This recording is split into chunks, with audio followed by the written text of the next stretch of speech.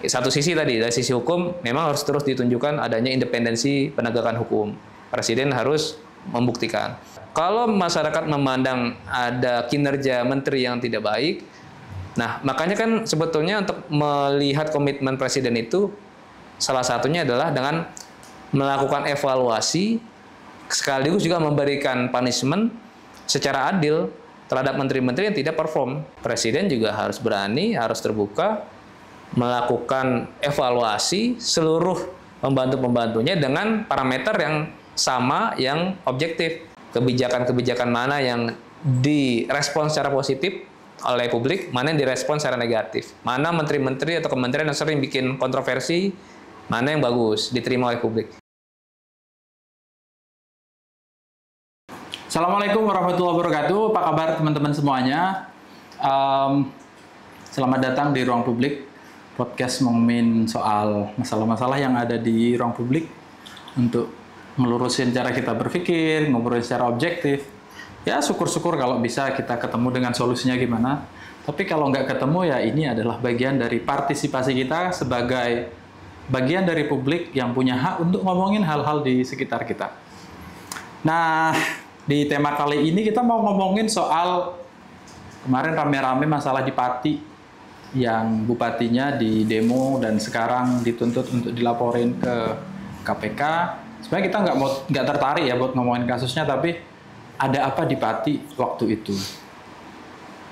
Jadi di Pati ada kenaikan PBB pajak sampai 250%, yang diantaranya diakibatkan oleh berkurangnya transfer dari pusat ke daerah. Tapi sebenarnya bukan hanya Pati, ini yang menjadi concern kita. Masalah itu bukan cuma di Pati. Kalau catatan Kementerian Dalam Negeri yang ini aku ambil dari Kumparan, sebanyak 104 pemerintah daerah menaikkan tarif PBB P2-nya sejak 2024. Jadi 104 daerah itu naikin. Dengan 20 daerah diantaranya naik 100%, antara lain Pati 250 yang paling rame. Tapi sebenarnya Pati itu bukan yang paling gede naiknya. Cirebon 1000% bos, Jombang 400%, Bone 300%, Semarang 400%, Badung, Bali 3.500. Itu bukan hanya Pati sebenarnya. Dan kalau dilihat dari diskusinya di Komisi 2 dengan Kementerian Dalam Negeri beberapa waktu lalu, disebut bahwa 92% lebih daerah itu tidak mampu atau kemampuannya membiayai program itu sangat kecil dan sangat bergantung sama pusat.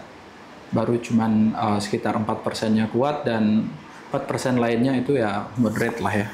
Jadi 92 pemerintah daerah itu sebenarnya sangat kewalahan dan menjadikan transfer dari pusat ke daerah sebagai backbone untuk pembangunan di daerah. Itu makanya di Pati kemarin begitu transfernya berkurang sampai puluhan miliar, nanti kita cari berapa angkanya, akhirnya duit yang dicari adalah dari bawah, karena dia tidak bisa nyari duit untuk investasi ke daerahnya, sehingga ya pajaknya dinaikin, which is itu solusi yang sangat-sangat mudah untuk dilakukan.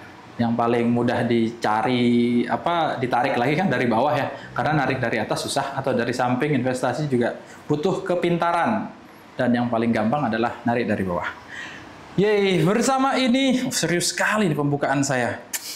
Bersama ini kita akan ngobrol dengan ekonom dari Indef, Mas Abra Talatov. Woi, Mas Abra. Terima kasih Mas. Sama-sama, bro. Mas Abra, Indef, apa sih Mas posisinya kalau lebih tepatnya di Indef itu? Saya ya sebagai Kepala Center Food, Energy, and Sustainable Development. Wih, itu dia. Ya. Kepala Center Food and Sustainability. Pangan, energi, dan pembangunan berkelanjutan. Temannya Pak Bahlil ini. Iya, energi. Oke. Oh iya, Indef baru juga kemarin baru ulang tahun yang ke-30. 30, betul. Selamat betul. Mas. Terima kasih. Salah satu lembaga perekonomian, lembaga penelitian ekonomi yang fokus pada pembangunan, dan yang paling tua ya di antaranya. Salah satunya termasuk yang tua. Salah satu yang paling tua. Mas bisa diceritain nggak Indef itu secara singkatnya Iya. apa sih? Ya, Indef ini sebagai think tank, ya lembaga pemikir yang independen. Jadi dia non partisan, bukan milik pemerintah, dan lahir dari sejak tahun 95. Jadi melewati periode pemerintahan dari era Orde Baru dan pasca reformasi sampai saat ini. Jadi memang Indef dalam 30 tahun terakhir mewarnai diskursus publik di bidang ekonomi politik, dan salah satu kekhasan kami adalah diskursus mengenai ekonomi politik. Jadi antara ekonomi dan politik memang tidak bisa dipisahkan, seperti dua sisi mata uang lah. Jadi dalam politik yang buruk, keputusan politik yang buruk itu akan menghasilkan kondisi ekonomi yang buruk juga. Dan sebaliknya, ekonomi itu porsi terbesarnya adalah dari konsolidasi ataupun keputusan politik, gitu. Jadi tidak bisa dipisahkan bicara ekonomi dan politik. Makanya akhirnya agak keras gitu ya. Iya, betul. Betul. Nah, ini kalau di Indef berarti apa yang baru Mas, yang lagi ongoing gitu-gitu? Ya, kalau di center saya sendiri ya, center ada berapa center? Ada 5 center. Center pertama makro and finance, kemudian center industri dan investasi, kemudian center ekonomi digital, kemudian center saya pangan dan energi, dan terakhir center ekonomi syariah baru terbentuk tahun lalu. Jadi ada 5 center. Baru itu ya yang ekonomi baru syariah. Ekonomi syariah diresmikan juga oleh Pak Wapres waktu itu, kayak Haji Ma'ruf Amin gitu. Oh iya, beliau kan ekonomi syariah banget. Betul, beliau penasihat lah, salah satu tokoh ekonomi syariah di Indonesia. Oke Mas, tadi aku buka pengantarnya melalui kasus yang sangat ramai beberapa waktu lalu ya, kasus Pati. Bupatinya namanya kalau dibalik itu jadi lucu gitu ya. Sadewo. Aku ingatnya malah kalau dibalik gitu, karena itu yang lebih viral. Jadinya overdose gitu kalau dibalik gitu. Nah, jadi saya ngelihat kasus Pati itu sebagai kayak gunung es. Dia salah satu kejadian yang sebenarnya di dalamnya itu banyak hal yang terjadi, banyak latar belakangnya yang menjadi latar belakang kejadian Pati itu. Tadi saya sebut diantaranya kan dia bukan cuma Pati aja sebenarnya. Ini dampak dari berkurangnya transfer ke daerah karena ada keputusan politik, betul. Ada keputusan politik di pemerintah pusat, dan pemerintah pusat memutuskan dia punya MBG 400-an triliun atau program-program lain yang ratusan triliun dan program-program lain yang ratusan triliun, sehingga membuat transfer ke daerah itu sangat berkurang. Nah, Mas Abra ngelihat itu gimana, Mas? Melihat Pati dulu deh, sebagai awal. Jadi pertama, fenomena resistensi ataupun ke gelombang protes dari masyarakat di daerah terhadap pemerintah daerah di Pati ini memang tadi bisa dikatakan ini puncak gunung es. Sebetulnya adalah implikasi dari kebijakan-kebijakan sebelumnya, termasuk kebijakan pemerintahan sebelumnya. Jadi inisiatif pemerintah daerah dalam melakukan adjustment atau penyesuaian tarif ya untuk meningkatkan PAD-nya, baik melalui PBB ataupun retribusi, itu sebetulnya adalah kewenangan yang sudah diberikan kepada mereka karena imbas dari adanya undang-undang HKPD, harmonisasi keuangan pemerintah pusat daerah. Jadi semangatnya undang-undang waktu itu adalah ingin mendorong pemerintah daerah agar lebih mandiri, tidak selalu bergantung ya PAD-nya, pendapatan asli daerahnya dari pusat. Karena kan pasca reformasi kan ada amanat untuk melakukan otonomi daerah, diikuti juga dengan desentralisasi fiskal.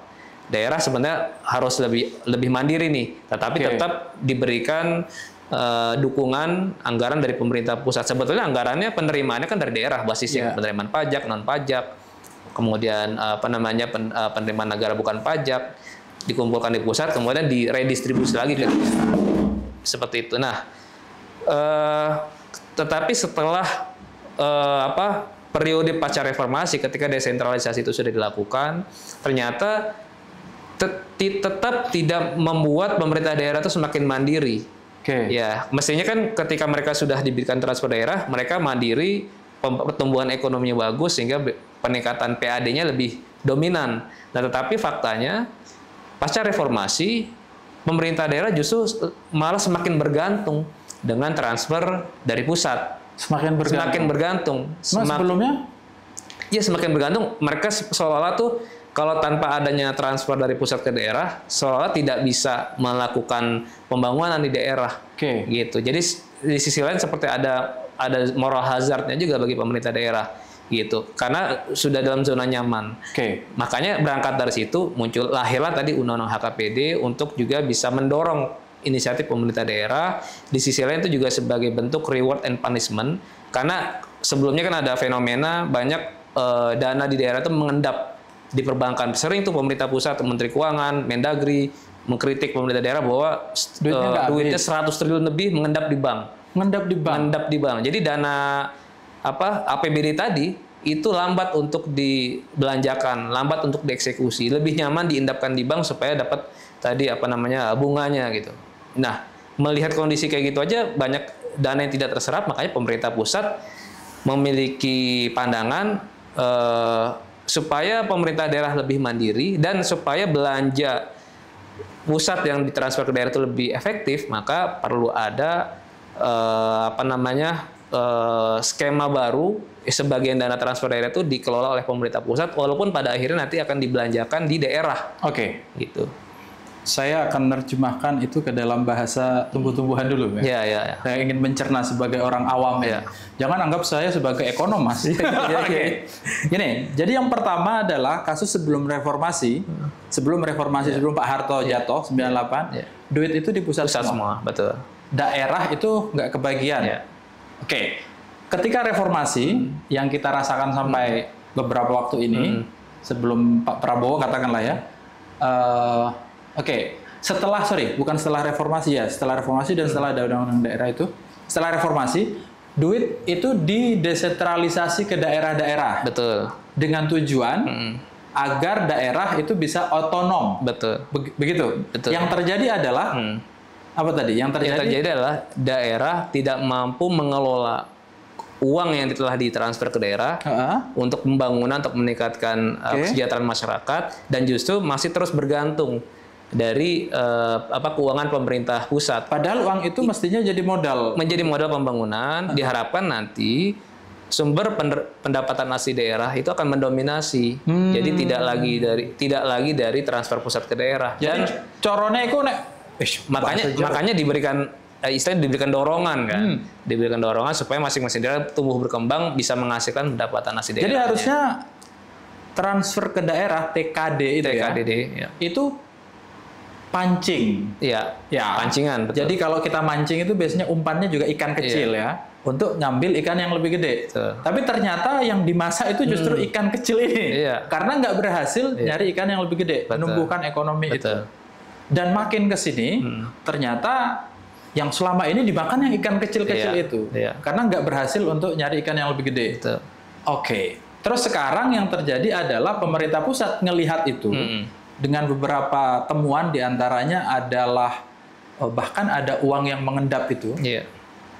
Itu akhirnya dibuatlah undang-undang HKPD. HKPD itu apa? Harmonisasi hubungan keuangan pusat daerah. Apa itu isinya? Ya, intinya salah satunya adalah memberikan diskresi bagi pemerintah daerah untuk melakukan adjustment ataupun penyesuaian tarif tadi, baik retribusi maupun bentuk-bentuk pendapatan asli daerah tadi, salah satunya PBB. Jadi memang diberikan ruang pemerintah daerah untuk menaikkan tadi supaya ada optimalisasi, sehingga ada tadi kenaikan. Makanya tiba-tiba ada kenaikan PBB oleh pemerintah daerah sampai 100 bahkan 1000%. Cirebon ya tadi ya? 1000% Cirebon tadi. Cirebon 1000%. Jadi memang diberikan ruang, jadi bukan juga sepenuhnya kesalahan pemerintah daerah gitu. Karena secara regulasi mereka diberikan diskresi gitu, Mas. Gitu. Jadi ada keleluasaan. Kalau emang di daerahnya kurang, kira-kira ya sudah ada mekanisme untuk menaikkan PBB itu diantaranya. Badung, Bali 3.500. Jombang paling besar 1.200%. Jombang 1.200%. Jombang. Tapi kenapa Pati ya yang rame? Karena mungkin. Saya ingin komentar juga kenapa Pati. Saya pikir ini juga salah satu faktornya adalah kesalahan komunikasi dari kepala daerah terhadap masyarakat. Jadi kan sebetulnya ini bukan hanya persoalan tarifnya dinaikkan, tapi dia merespon itu cukup nantang. Yang dia bilang jangankan 5.000, 50.000 mas aja saya hadapin ya. Itulah yang akhirnya membuat masyarakat justru bereaksi. Itu ada faktor itu juga, masalah komunikasi yang tidak baik ke masyarakat. Nah itu.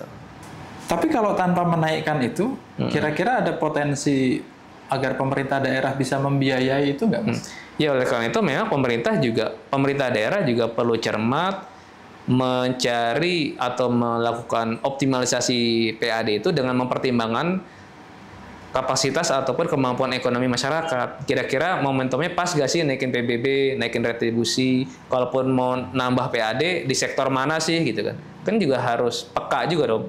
Gitu. Jadi ini dipukul rata. Dan sebetulnya ada potensi-potensi lain asalkan pemerintah daerahnya juga cukup cermat ya. Misalnya contoh di sektor properti yang besar gitu kan, kemudian di sektor-sektor yang mungkin nggak langsung menyentuh ke masyarakat menengah bawah. Nah, jadi memang harus disisir dan kalaupun dilakukan mungkin secara bertahap, nggak langsung 500%, 1000%. Jadi tidak menimbulkan gejolak dan keterkejutan gitu di masyarakat. Kalaupun mau dinaikin PBB-nya, tapi bertahap lah gitu. Gitu. Itu potret yang di Pati dan kira-kira di daerah-daerah lain ya. Kalau kita misalnya ke pusat nih, ini kan salah satu dampak dari pusat lah ya, restrukturisasi atau efisiensi ya, ada efisiensi. Nah, Mas ngelihat APBN kita setelah efisiensi sampai sekarang, terutama di pemerintahannya Presiden Prabowo, meskipun tadi dibilang ada dampaknya juga dari Presiden Jokowi sebelumnya. Kalau melihat dari struktur kita itu, apa analisanya? Ya, jadi kebijakan Pak Prabowo di awal tahun 2025 ini kan yang cukup menggembarkan adalah melakukan rasionalisasi ataupun refocusing belanja negara. Ya, implikasinya adalah efisiensi, berangkat dari kesehatan fiskal kita yang memang cukup mengkhawatirkan. Ini implikasi dari kebijakan sebelum-sebelumnya sebetulnya. Jadi kondisinya dari sisi penerimaan agak cukup berat untuk bisa penerimaan pajak kita bisa memenuhi target. Belanjanya masih dalam asumsi normal, penerimaan pajaknya tercapai. Nah, makanya mau tidak mau harus dipercepat belanja ini pangkas, diefisienkan. Itu oke lah ya, bagian dari situ. Nah, kemudian kan ini punya implikasi nih, penghematan di berbagai kementerian lembaga. Ya. Dan yang merasakan kan yang sektor-sektor yang langsung terkait ya. Misalkan sektor akomodasi, kemudian perhotelan, IO dan bahkan pengadaan barang juga. Itu memang langsung dirasakan masyarakat ya, sejauh ini belum langsung merasakan dampak dari efisiensi. Masyarakat yang di bawah itu belum misalkan belanja untuk bansos, subsidi masih dipertahankan. Ini salah satunya imbas dari memang Presiden melihat beban APBN kita untuk pembayaran utang dan bunga utang ini memang sangat tinggi. Khususnya utang jatuh tempo. Jadi Pak Prabowo memang mau tidak mau, suka tidak suka harus menanggung beban memenuhi atau menyiapkan dana kurang lebih setahun itu 800 triliun untuk pembayaran pokok utang plus sekitar 600 triliun untuk pembayaran bunga utang. 800 triliun pokoknya untuk pokok utang jatuh tempo setiap tahun selama 5 tahun mendatang rata-rata per tahun, plus 600 triliun untuk pembayaran bunga utang.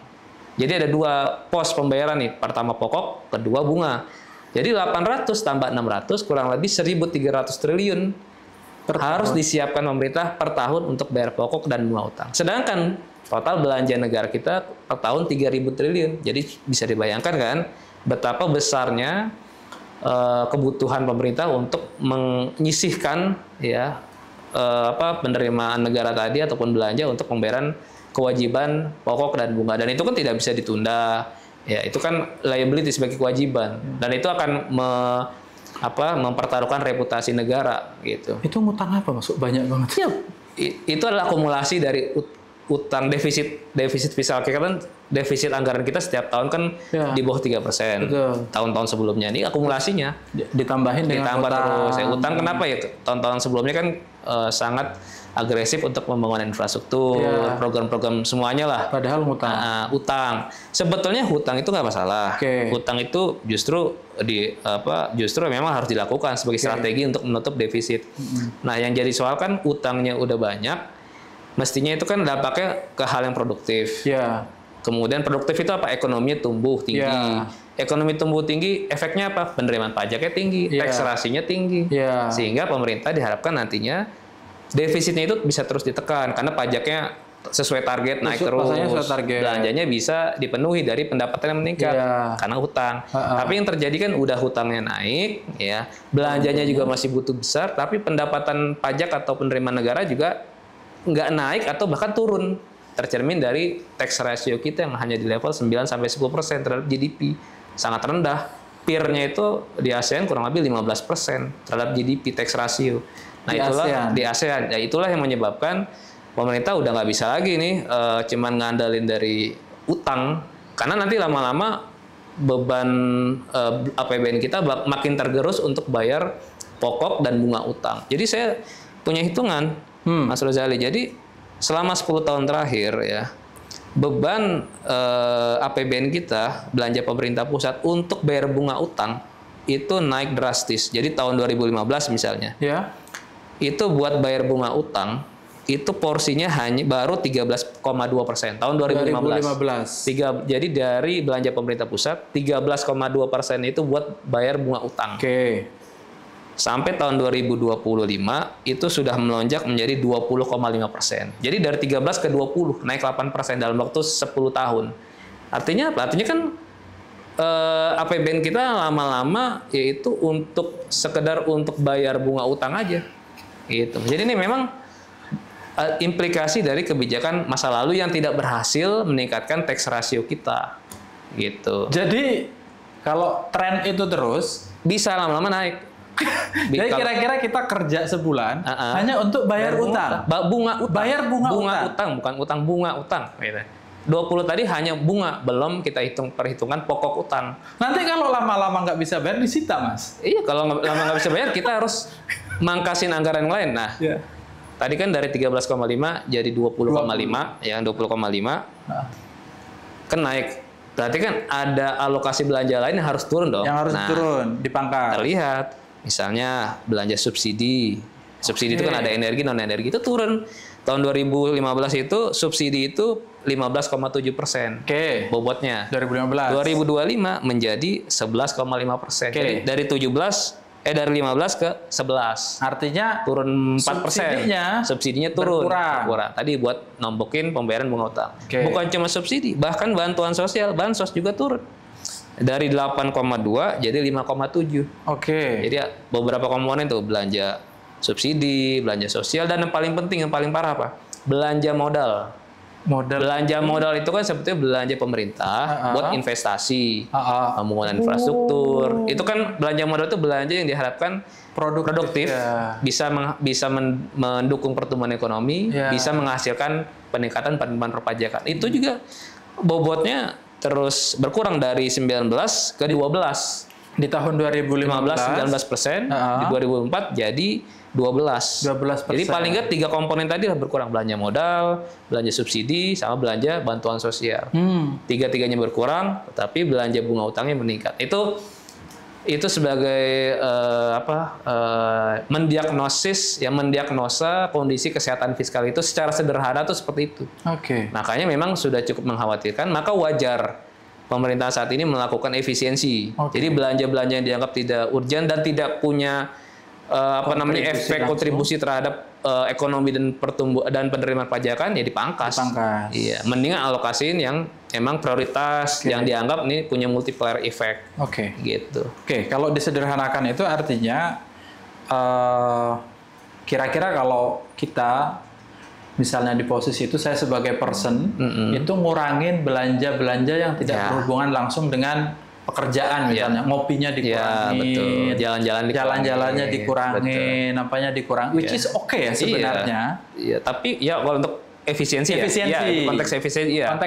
Iya, betul. Ya termasuk perjalanan ke daerah, tadi rapat-rapat di hotel, perjalanan ke luar negeri memang sangat dibatasi, sangat ketat, bahkan harus izin. ke setnek gitu. Oke, yang terjadi di Pati balik lagi. Ya, Apakah dalam konteks oke atau enggak? dalam hal menaikkan retribusi dan PBB kah? Ya, maksudnya dalam itu kan efisiensi ke daerah, efisiensi belanja pusat berdampak ke daerah, terus kemudian berakibat seperti itu di daerah, ada konflik gitu-gitu. Iya. Nah, ini kan tadi kita melihat efisiensi oke ya secara umum, tapi dampaknya kayak ke Pati ini dan di tempat-tempat lain. Ya, jadi sebetulnya tidak secara langsung ya, efisiensi itu langsung berhubungan sama dampak di daerah. Ya, pengurangan kan pengurangan TKDD-nya itu baru berlangsung tahun depan justru.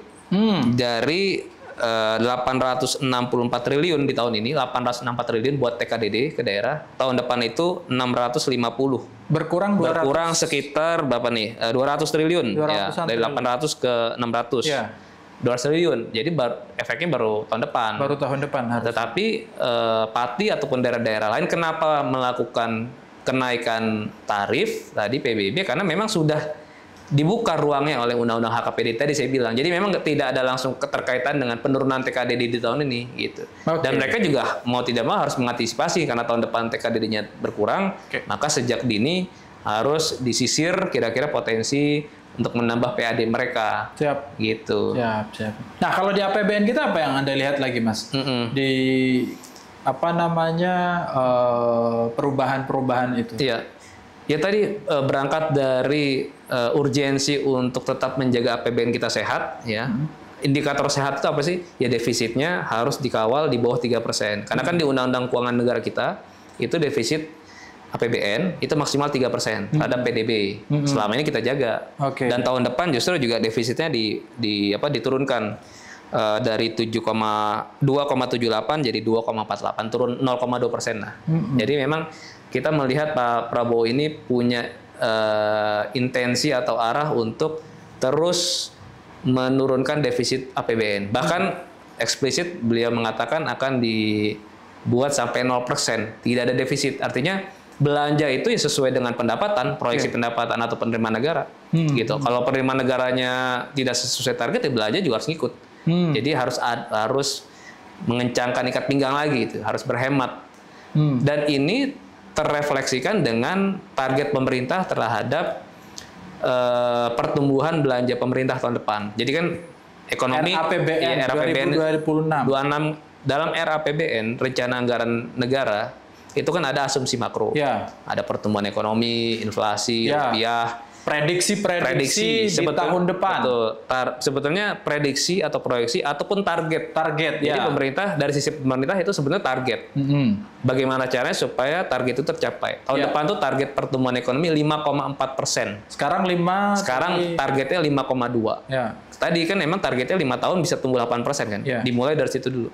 Nah, 5,4 melihat kondisi sekarang memang banyak kalangan skeptis.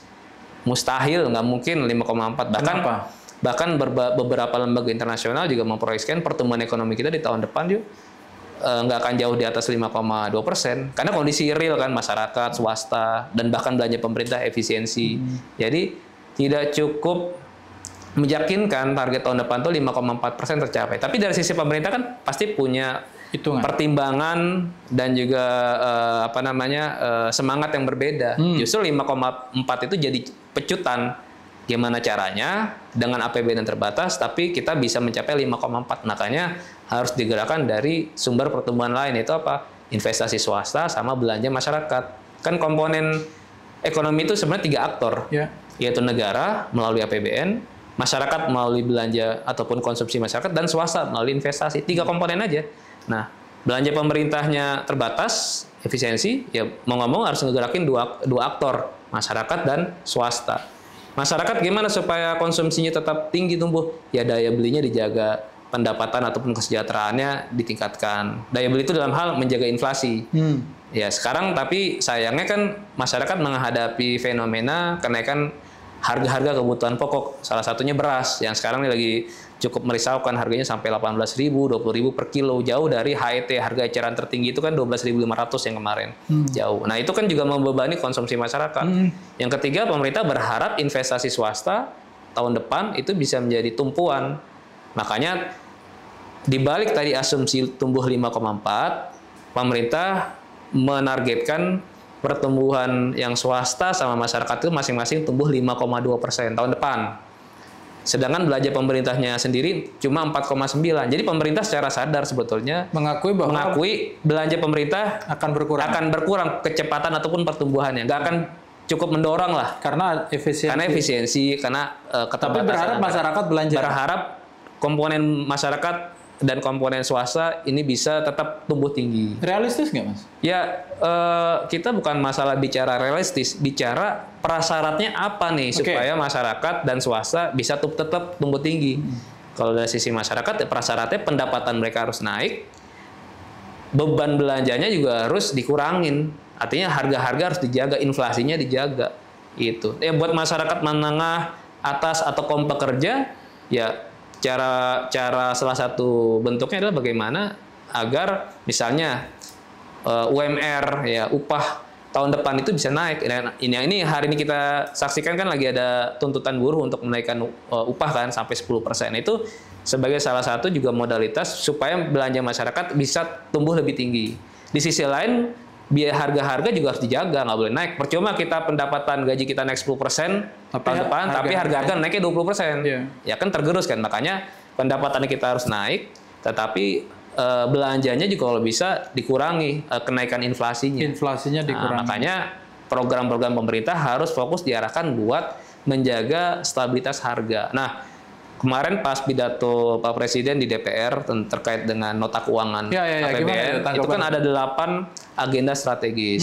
Nah, 8 itu ya beberapa yang memang relevan dengan tadi menjaga daya beli adalah ketahanan pangan, ketahanan energi, kemudian program MBG dijadikan salah satu dari 8 itu, kemudian koperasi desa merah putih, dan yang salah satunya yang di poin ke-8 adalah penguatan pertahanan Indonesia, pertahanan semesta.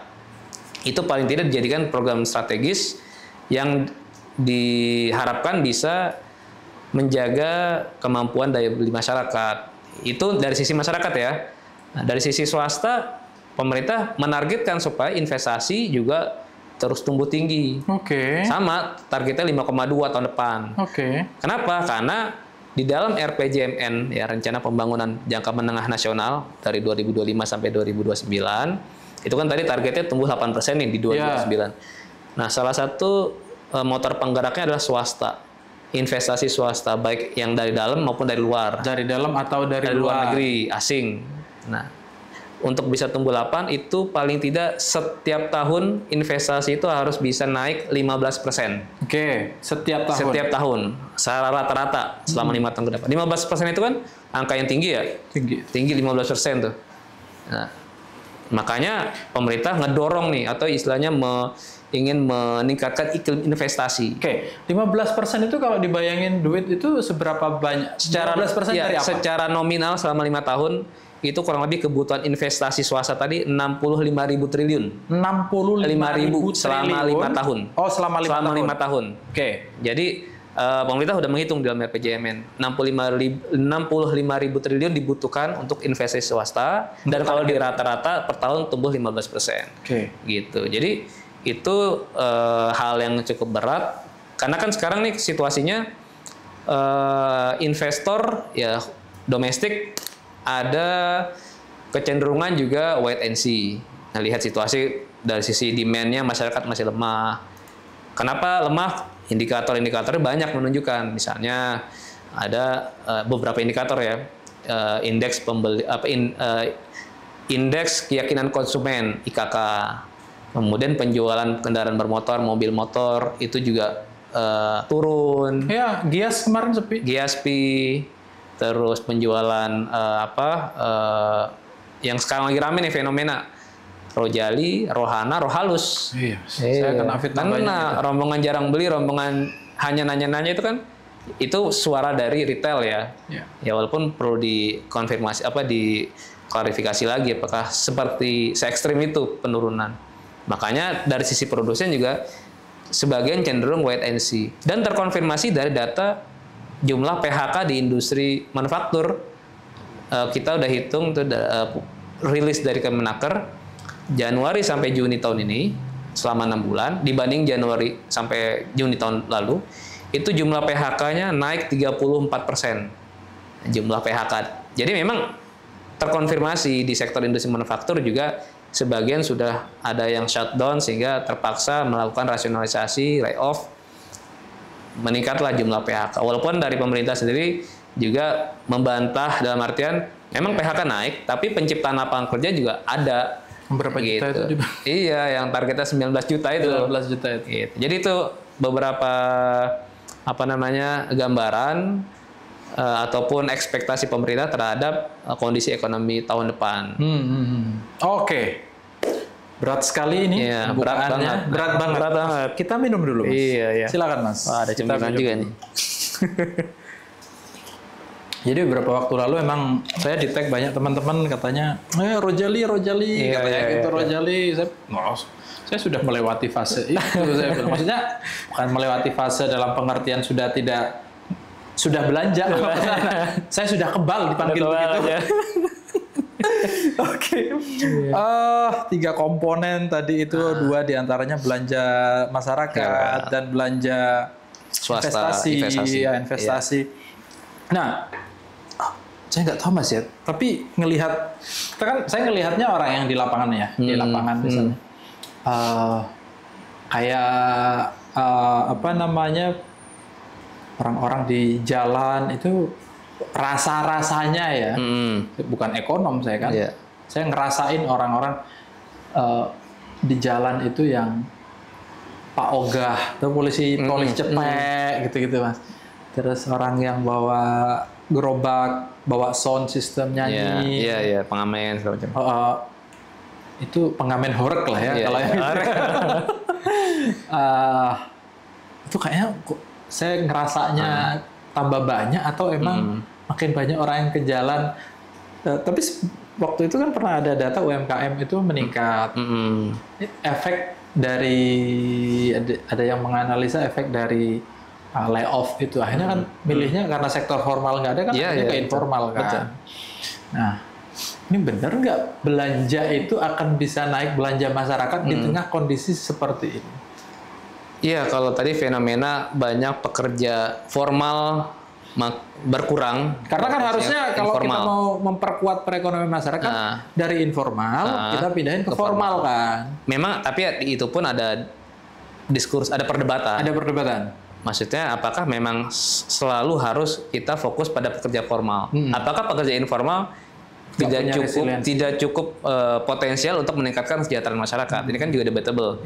Gitu. Informalnya kalau UMKM, kemudian UMKM-nya naik kelas, omsetnya meningkat kan juga nggak ada masalah kan?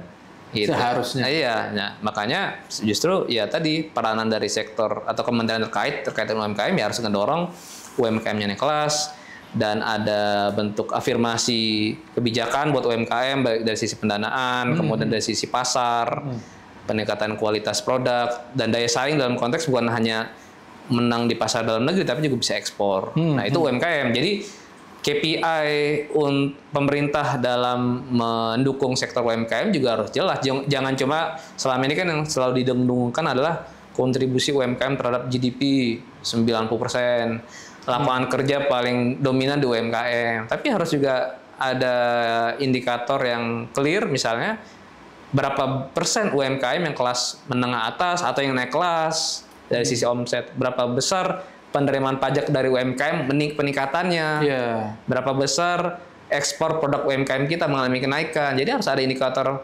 pembanding yang lebih kuantitatif yang lebih bermakna, gitu. Jangan sekedar dari jumlah, tapi dari sisi kualitas. Jadi bukan kuantitas UMKM-nya kita banggakan. UMKM yang tutup masih dihitung itu, Mas? Iya, benar, banyak juga pasti. Makanya saya dengar kemarin dari Kementerian UMKM itu salah satu quick win-nya sekarang ingin melakukan pendataan ataupun integrasi database UMKM. Ya konteksnya tadi pengen membantu dari sisi pembiayaan, dari sisi pemasaran, termasuk pembinaan. Tetapi lagi-lagi ini kan kadang-kadang reaksi dari masyarakat kadang-kadang juga seringkali negatif kan. Dianggap pendataan itu nanti ada kaitannya sama pemburuan pajak. Jadi UMKM yang selama ini dianggap tidak bayar pajak atau kurang optimal dalam bayar pajak, itu bisa saja dikejar karena tadi sudah terintegrasi dalam sistem database. Kan ketahuan tuh omsetnya berapa, transaksinya berapa, nanti akan dikejar gitu. Jadi ada di sisi lain ada kekhawatiran dari masyarakat. Kita kalau berhubungan dengan pemerintah selalu khawatir. Iya itu makanya. Jadi mungkin tujuan awalnya bagus ya, ya untuk memberikan bantuan dukungan, tapi bisa jadi direspon secara negatif oleh publik karena mungkin melihat presiden kebijakan yang selama ini terjadi yang. Iya presidennya kalau sekali itu presiden. Ya itu. Ya, makanya itu ya tinggal pemerintah ya bukannya defensif, bukannya membantah, bukannya sibuk mengklarifikasi, tapi biarkan kebijakan itu jalan, biarkan masyarakat punya pilihan untuk mendukung atau tidak mendukung kebijakan itu. Yang penting pemerintah membuktikan bahwa program kegiatan yang sudah ada anggaran itu bisa jalan, kemudian hasilnya seperti apa, buktinya seperti apa, apakah UMKM yang sudah tergabung dalam platform itu mendapatkan manfaat, biar nanti fakta yang berbicara. Jadi UMKM yang berhasil yang kelas pasti kan dia akan bicara, cerita, sharing ke yang lain kan, ke komunitas, ya, akan diundang yang lain pun akan ikut. Oke, gitu. Mas. Aku mau balik ke Pati lagi. Nah, Pati ini adalah epicentrum dari pembicaraan kita. Iya. Pati itu dalam datanya tidak hanya Pati kan, yang mengalami kasus kayak Pati. Iya. Yang terdampak itu 104 tadi atau bahkan hampir banyak sekali lah ya. Kalau kemarin statementnya Pak ini yang ketua Komisi 3 DPR RI PD itu Arya Bima atau Bima Arya ya? Suka kebalik-balik sama yang Wamen sekarang. Nah, beliau bilang 92% itu kemampuan fiskal daerah untuk membiayai pembangunan itu rendah, lemah. Iya. Nah, itu bahaya. Iya. Kalau dikurangi, kalau itu masif dikurangi, apa yang akan terjadi? Ya kalau transfer ke daerahnya dikurangi, ya kan pilihan buat daerah cuma dua. Melakukan ekstensifikasi itu memperluas basis pajaknya, yang selama ini tidak tertangkap. Objek-objek pajak barunya bisa diperluas, atau intensifikasi yang sudah ada, tapi tadi dengan menaikkan tarif itu salah satunya intensifikasi. Meningkatkan PAD-nya, pendapatan asli daerah. Pilihan pertama. Pilihan kedua, ya belanja daerahnya dikurangin. Ya belanja yang udah ada ya harus dipangkas-pangkas lagi. Artinya kan itu akan berdampak terhadap target-target pembangunan di daerah. Pemerintah daerah juga pasti punya janji politik, punya target-target pembangunan di daerah dong. Ya misalnya pertumbuhan ekonominya akan naik berapa persen, kemiskinannya mau diturunkan berapa persen, pembangunan infrastrukturnya mau prioritaskan kemana. Ya artinya yang prioritas masing-masing daerah kan beda-beda. Nah itu kan butuh dukungan anggaran kan. Nah tapi karena modalitas ataupun pendapatannya terbatas, ya, mereka mungkin nggak kepingin ambil kebijakan yang tidak populis, menjaga stabilitas politik di daerah, mereka nggak milih naikin penerimaan daerah nih, nggak populer lah kan. Tapi ngurangin belanja, gitu. Jadi memang ada sih beberapa alternatif dalam pembiayaan selain dari fiskal kan, juga pemerintah punya peluang juga untuk mendorong blended finance. Jadi pembangunan infrastruktur atau sesuatu itu juga kolaborasi dengan swasta gitu. Ataupun bahkan sekarang kan pemerintah daerah sebetulnya sudah bisa menerbitkan obligasi daerah. Jadi pemerintah daerah bisa mencari sumber pembiayaan dari luar, utang. Ada. Cuma memang tetap harus mekanismenya harus tetap koordinasi sama Kementerian Keuangan, sama pusat, nanti di assessment, disetujui atau tidak, karena kan melihat kapasitas, melihat potensinya apakah dia akan mampu bayar utang ke depan, gitu Mas. Saya mau bertanya lebih jauh dari pertanyaan yang barusan. Misalnya daerah-daerah yang selama ini kaya, daerah-daerah selama ini punya sumber daya kaya, baik itu bumi, terus kemudian apapun lah ya, kaya. Itu ditarik ke Jakarta semuanya. Ditarik ke Jakarta, tapi kemudian dia tidak mendapatkan apa-apa in return. Sebaliknya dia tidak mendapatkan kesejahteraan. Padahal alamnya dikeruk. Padahal ininya itu bisa menimbulkan semacam trust issue, istilah sekarang trust issue gitu ya, dari pemerintah daerah ke pusat. Udah mereka itu nggak bisa menaikkan pajak di daerah, dibully oleh masyarakatnya seperti yang terjadi di Pati dan di Sulawesi itu yang juga bergejolak. Nah, sementara dia resource-nya sebenarnya ada, tapi dibawa lari dalam tanda kutip ke pusat. Iya, iya. Ya memang implikasi dari undang-undang HKPD tadi yang berpotensi mengurangi transfer ke daerah. Iya. Itu kan pada akhirnya menimbulkan pertanyaan juga oleh pemerintah daerah, khususnya daerah penghasil atau penyumbang penerimaan negara bukan pajak ya, khususnya PNBP, dan baik itu di sektor pertambangan, perkebunan, kehutanan, itu. Mereka menganggap hasil dari buminya di daerah tersebut, tetapi dianggap tidak cukup adil untuk dikembalikan lagi berupa transfer ke daerah ataupun dana bagi hasil, biasanya berupa DBH. Kan transfer daerah itu ada bentuknya DAU, DBH. Nah, DBH ini dianggap tidak cukup signifikan atau representatif kontribusi mereka. Saya memperhatikan mulai muncul komentar, pandangan dari netizen ya di medsos, ini dari masyarakat nih yang saya amati, mulai muncul seperti ada sentimen-sentimen tertentu mempertanyakan kenapa pembangunan kok terlihat Jawa sentris atau Jakarta sentris. Kemudian muncul pertanyaan atau kegelisahan, kenapa sumber daya alamnya dari kita, justru masyarakatnya miskinnya masih di daerah kita, gitu.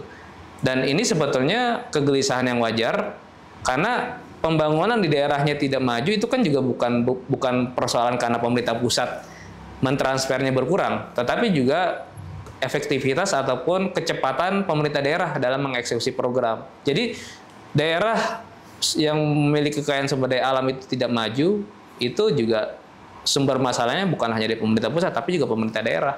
Jadi berbagi tanggung jawab lah. Nah, mulai muncul tuh distrust isu baru dari level masyarakat, gitu. Mulai muncul lah pertanyaan-pertanyaan tadi. Ya memang pada titik ekstrim khawatir ya ada mulai muncul isu-isu yang sensitif, disintegrasi, ya dan lain sebagainya. Secara eksplisit beberapa netizen saya baca memang cukup vulgar gitu menyampaikan pendapat-pendapat atau aspirasi mereka. Saya baru mau bertanya itu, apakah memungkinkan, apakah ada kemungkinan itu akan merembet kepada masalah disintegrasi. Misalnya waktu itu beberapa waktu lalu untung segera diselesaikan ya masalah yang terjadi perebutan 3 pulau antara Aceh dan Sumatera Utara. Beruntung segera diselesaikan karena saya juga membaca komentar-komentar di netizen, karena bagaimanapun Aceh punya sejarah itu kan, perjanjian Helsinki yang menyelesaikan konflik di tahun 2004 ya waktu itu ya, dan itu sempat ramai kembali, ramai kembali. Artinya apakah kondisi-kondisi ini bisa bisa berubah menjadi lebih buruk sampai ke arah disintegrasi itu? Iya, jadi pertama pendapat ataupun ekspresi masyarakat terhadap kekecewaan itu sesuatu hal yang wajar dan demokratis. Ya, artinya pemerintah juga tidak bisa juga menghambat atau mengekang pendapat dari masyarakat, walaupun itu memang terlampau ekstrim ya.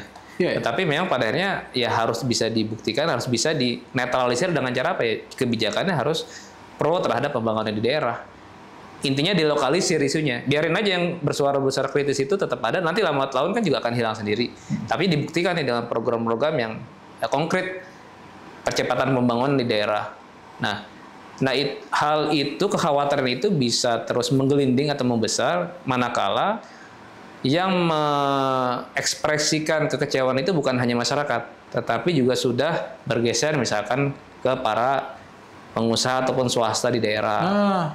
Kemudian lebih ekstrim lagi bergeser kepada stakeholders di daerah, dalam hal ini ya pemerintah daerah ataupun pejabat ataupun kepala daerah.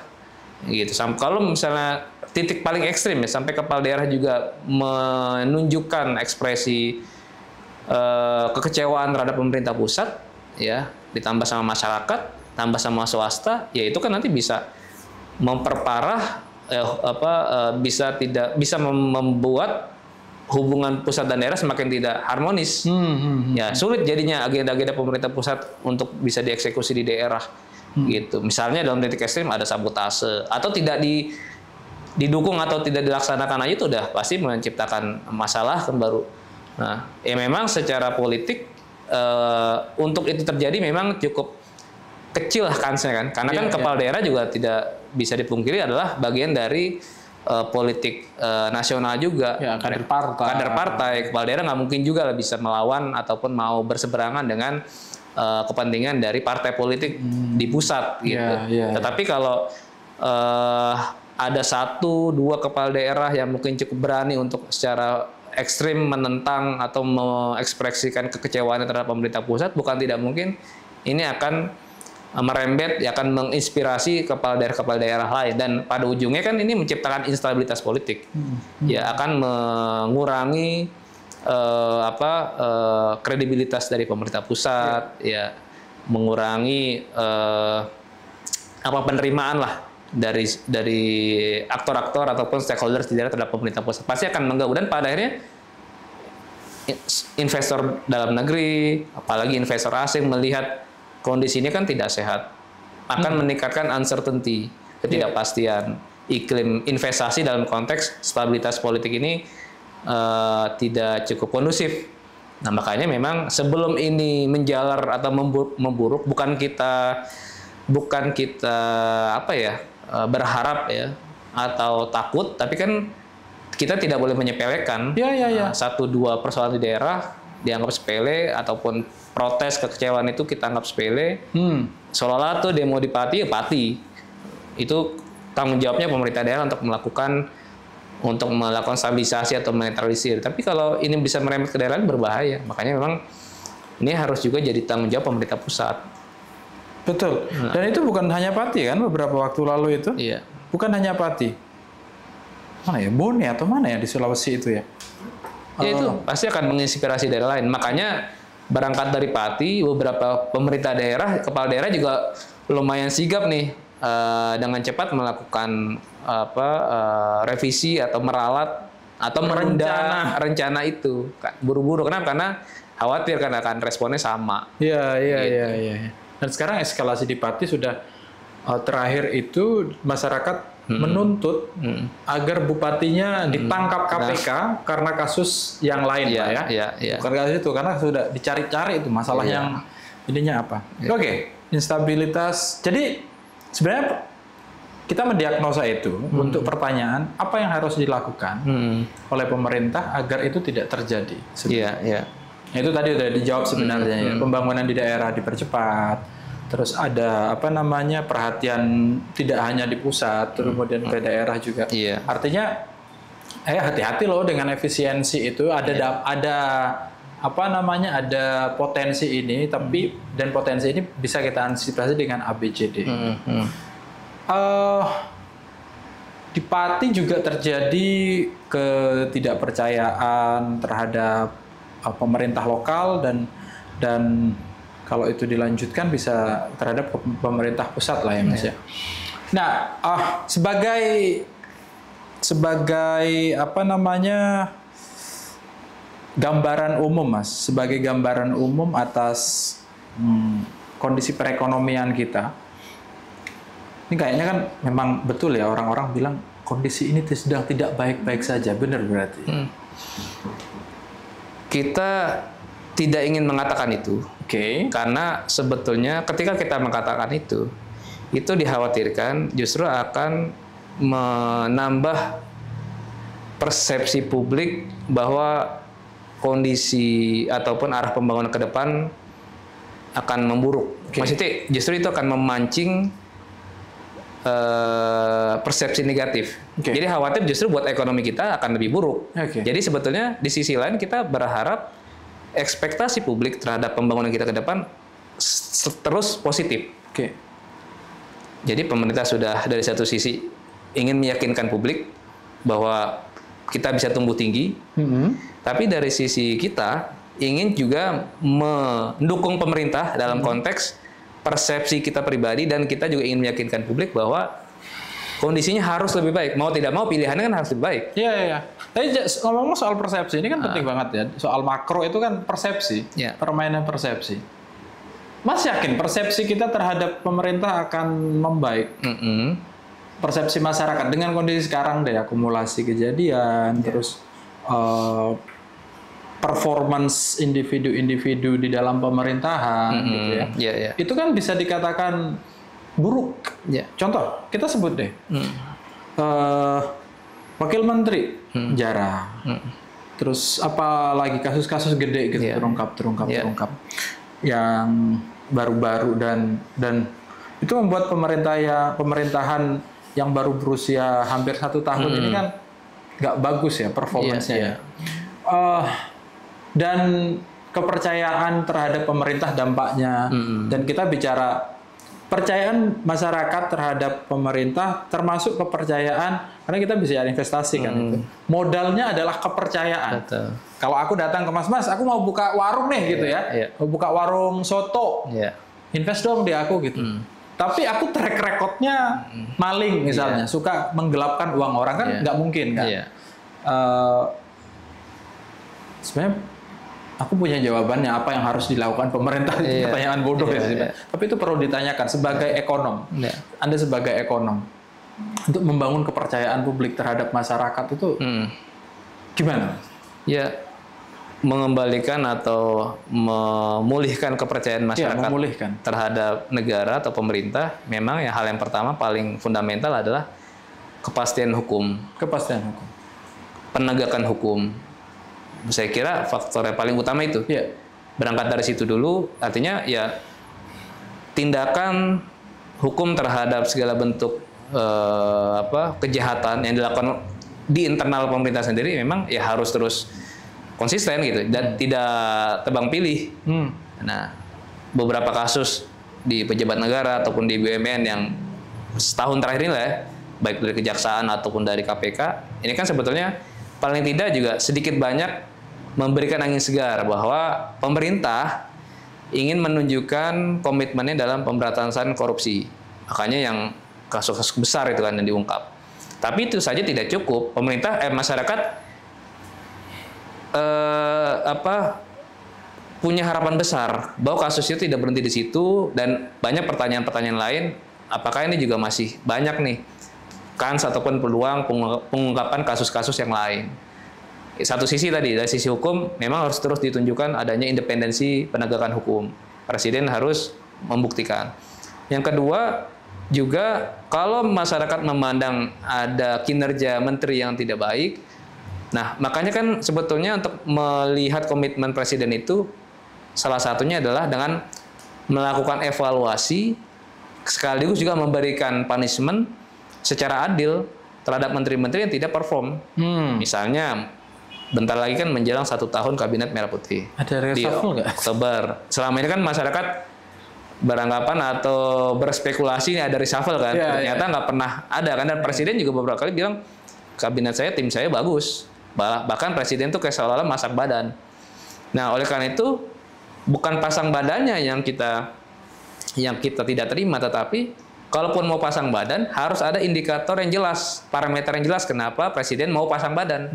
Nah makanya menjelang 1 tahun nanti presiden juga harus berani, harus terbuka melakukan evaluasi seluruh pembantu-pembantunya dengan parameter yang sama, yang objektif. Misalkan setiap kementerian punya target.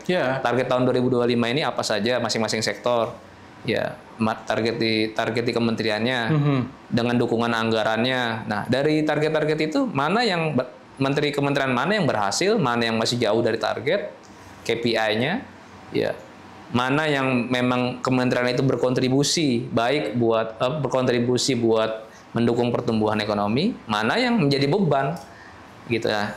Itu satu diukur dari target dan realisasi, kedua juga bisa juga diukur dan ilmiah diukur dengan metode persepsi publik ya terhadap masing-masing kementerian lembaga dan yang sering sekali kita dengarkan dengan sentimen dari publik itu dengan menggunakan big data. Anak Linde punya tuh kita metode big data. Jadi kita mengidentifikasi, memapping kebijakan-kebijakan mana yang direspon secara positif oleh publik, mana yang direspon secara negatif. Mana menteri-menteri atau kementerian yang sering bikin kontroversi mana yang bagus diterima oleh publik. Tapi dari konteks persepsi, dari percakapan di media sosial, dan itu ilmiah, itu bisa dipertanggungjawabkan. Itu bisa menjadi salah satu pertimbangan presiden untuk memutuskan apakah menteri-menterinya ini lanjut atau enggak, atau tidak. Jadi presiden juga dengan begitu itu tadi konteksnya bisa memulihkan kepercayaan publik bahwa presiden tidak hanya omon-omon gitu untuk melakukan evaluasi, perombakan ataupun penyegaran. Kalau menteri-menterinya memang setelah dievaluasi di rapot ya dikasih nilai rapotnya memang jadi beban, memperlambat agenda-agenda pemerintah, ya harusnya dipotong gitu, dipenggal gitu, diganti sama yang lain gitu. Atau kementerian yang tidak efektif ya di merger atau dibubarkan. Ya, itu tergantung tadi pilihan-pilihan ataupun prioritas presiden ingin mengejar target-target mana dulu nih. Ya, kalau saya melihat bahwa tantangan ekonomi, ya, tantangan pembangunan ke depan ini memang semakin kompleks, bukan hanya kita masih berjalan di tempat dengan persoalan-persoalan domestik. Ya, persoalan domestik itu persoalan politik, konsolidasi politik kan. Pada akhirnya kita hari-hari juga seringkali dijejali atau disibukkan dengan isu-isu politik, ya kan? Masalah antara partai koalisi, partai oposisi ijazah, gak penting banget. Kemudian juga isu-isu lain lah yang minor-minor itu kan mengganggu fokus atau konsentrasi pemerintah juga kan, isu domestik.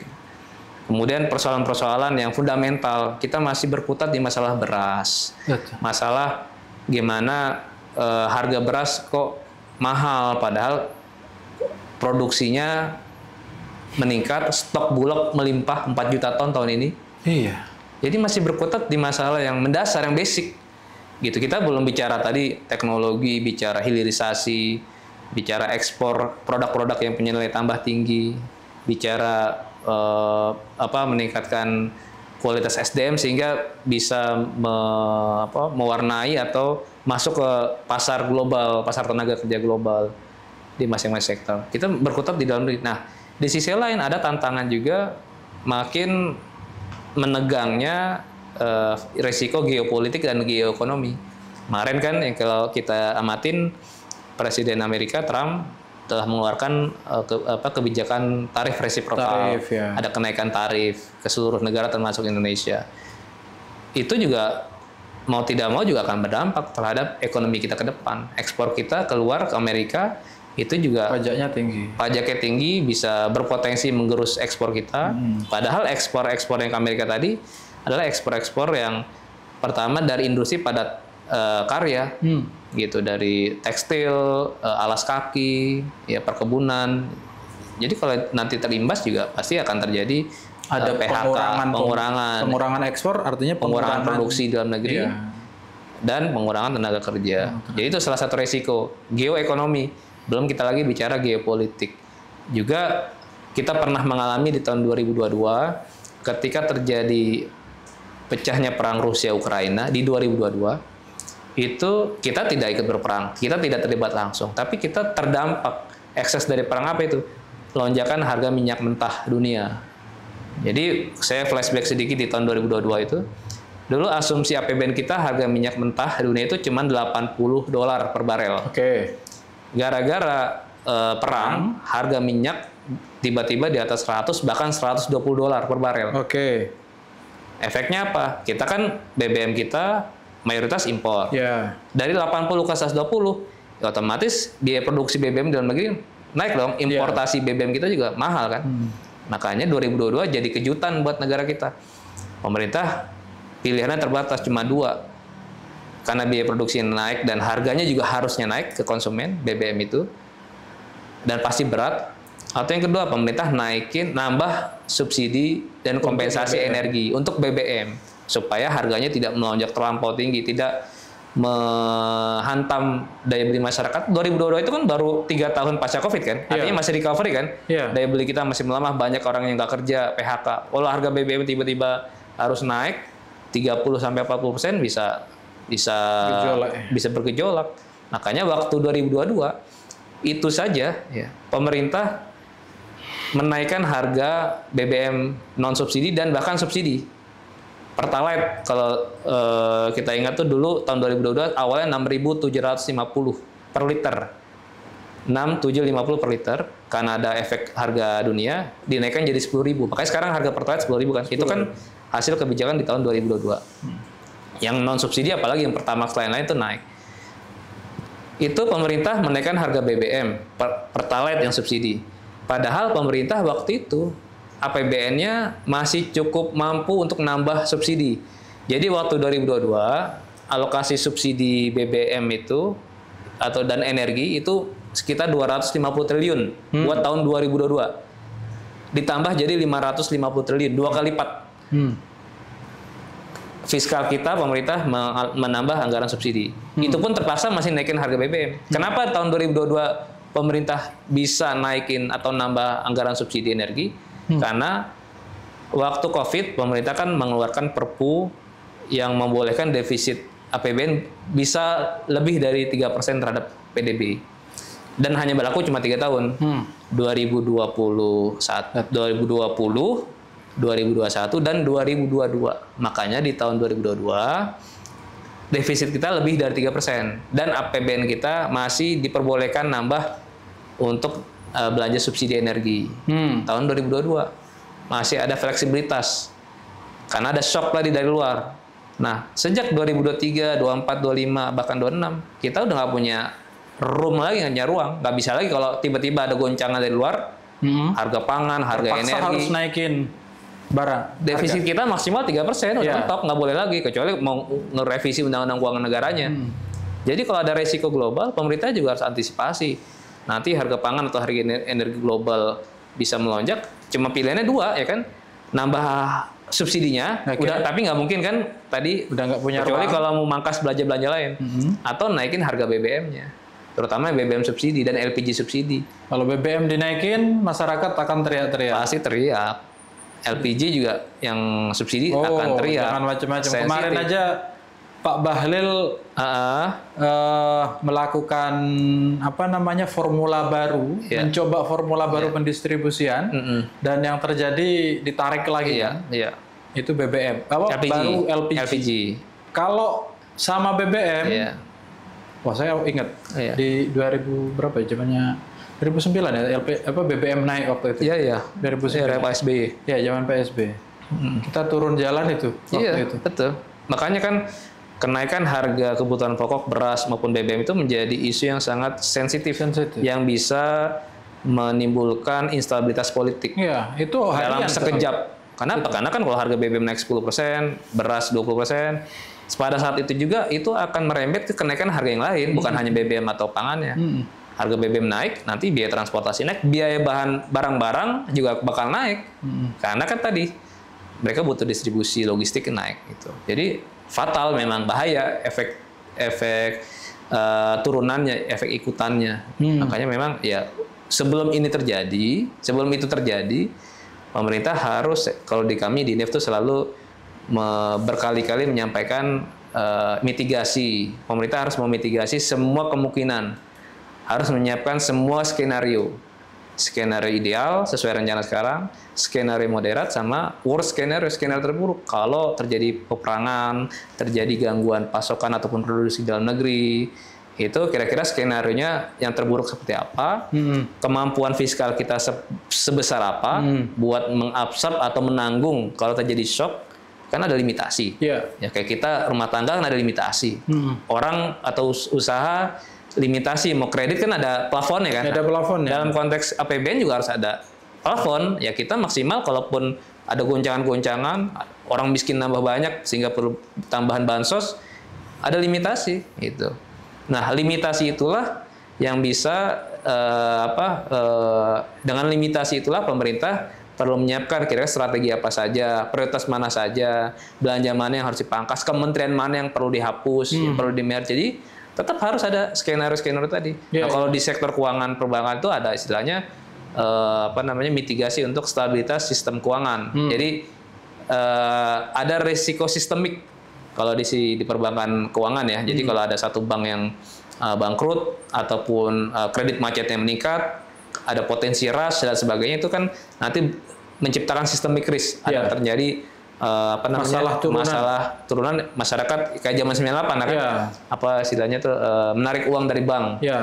Rush gitu kan. Ya, itu systemic risk di sektor keuangan perbankan. Nah, sama di sektor fiskal juga. Itu juga punya systemic risk juga terhadap sektor-sektor yang lain. Jadi memang itu semua sekali lagi bukan dalam rangka kita menakut-nakuti atau terlalu pesimis, terlalu skeptis, bukan, tetapi sebagai bentuk kita memitigasi semua kemungkinan resiko. Ya, itu bukan omon-omon yang kita omonkan ini ya. Karena indikasinya kan ada. Ada indikasinya harga beras naik. LPG juga pernah dicoba gitu ya, dan itu terjadi sekarang ada. Dan kita berangkat dari case Pati yang jelas. Pati epicentrum ini kan. Artinya kita bukan bicara hal-hal yang kosong. Oke, siap. Kayaknya kita berhenti di sini dulu. Siap. Karena akan makin panjang kuliahnya tentang makroekonomi kita. Yang jelas kita berharap agar apa yang harus diharapkan ya. Sampai susah untuk berharap. Pengennya merawat optimisme. Nah, pinginnya. Oleh karena itu untuk bisa merawat optimisme, maka pemerintah juga perlu membuktikan secara teknokratis kebijakan-kebijakan yang make sense, yang masuk akal dan berdampak langsung terhadap masyarakat dan juga terhadap pertumbuhan ekonomi. Jadi intinya konsistensi lah, Siap. Kayak gitu. Itu harapannya. Dan anti kritik dan jangan anti kritik gitu. Yang harus dipertahankan. Itu harapan Mas Abra Telatov sebagai seorang ekonom. Kalau saya sudah pada tahap berharap itu kalau tidak terbayar itu sakit hati. Jadi lebih baik nggak berharap. Tapi kalau saya pribadi sebagai warga negara kita harus merawat harapan. Nggak boleh. Jadi kalau berharap terus nggak terbayar itu sakitnya tuh di sini. Itulah namanya pengorbanan atau cinta. Ayo bahwa kita optimistis. Tapi pada akhirnya kalau terganggu lebih jauh kan yang akan dikorbankan itu hal yang jauh lebih besar. Hal yang besar, dan itu kita semuanya tidak mau itu terjadi. Jadi please pemerintah do your thing yang benar-benar benar. Jangan macam-macam lah, tolong.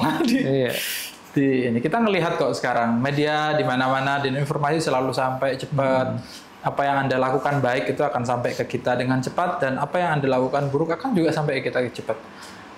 Kita ngelihat dalam beberapa waktu ini alur demonstrasi juga sangat tinggi, dan please jangan sering-sering ngelihat bahwa itu adalah tunggangan gitu. Tolonglah. Itu membuat kita makin jengkel sebenarnya. Ada pembacaan, wah ini titipan.